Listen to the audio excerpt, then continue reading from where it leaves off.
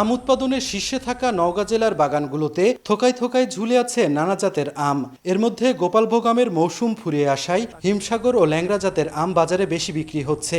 এছাড়া fruit bagging এর মাধ্যমে নওগাঁ, চাঁপাইনবাবগঞ্জ ও রাজশাহী অঞ্চলে উৎপাদিত নানা জাতের সুস্বাদু আম ইউরোপের নানা দেশে রপ্তানি করে বৈদেশিক মুদ্রা আয় করছেন ব্যবসায়ীরা। ফ্রুট ব্যাগিং করা আমের গায়ে কোনো দাগ না থাকায় বিদেশে এসব আমের চাহিদা সবচেয়ে বেশি।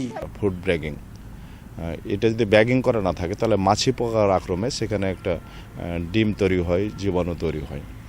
তা আমকে রক্ষা করার জন্য বা নিরাপদ স্বাস্থ্যসম্মত করার জন্য বা এক্সপোর্টের জন্য এর কোনো বিকল্প নাই। আম বাগানীদেরকে একটু প্রশিক্ষণের ব্যবস্থা যদি করা যায় তাহলে এটা গ্যাপ মেনটেন করে এই আমটা রপ্তানিযোগ্য হবে। ব্যবসায়ীরা বলছেন, রাজশাহী অঞ্চলে আমের কোনো প্যাকিং হাউস না থাকায় ঢাকার শ্যামপুরে পাঠানোর পর বাছাই শেষে বিমানবন্দরে পাঠাতে সময় বেশি লাগে। এতে অনেক আম নষ্ট হয়ে যাচ্ছে। এ কারণে রপ্তানি প্রক্রিয়া আরও সহজ করার দাবি তাদের। যদি এখান থেকে প্যাকিং করে যদি কোয়ারেন্টাইন ফাইটোস্যানিটারি সার্টিফিকেট দিয়ে দেওয়া হয় তাহলে আম রপ্তানির পরিমাণটা অনেক বেড়ে যাবে। বাগান থেকে যদি একটা রপ্তানি, বিদেশের যে রপ্তানি সিস্টেম যদি থাকতো বাগান থেকে, তাহলে আমাদের অনেকটা অর্থনৈতিক দিকটা অনেকটা বেঁচে যেত। কৃষি বিভাগ বলছে, এ অঞ্চলে আমের প্যাকিং হাউস নির্মাণের জন্য সরকারের কাছে আবেদন জানানো হয়েছে।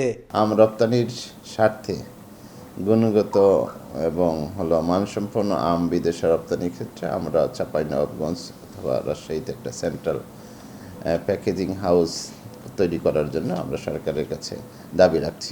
চলতি মৌসুমে 1000 কোটি টাকার বেশি আম বিদেশে রপ্তানি করা হবে বলে জানান ব্যবসায়ী নেতারা। আমরা আশা করছি এবছর রাজশাহী বিভাগ থেকে 1000 কোটি টাকার আম বিদেশে রপ্তানি হবে।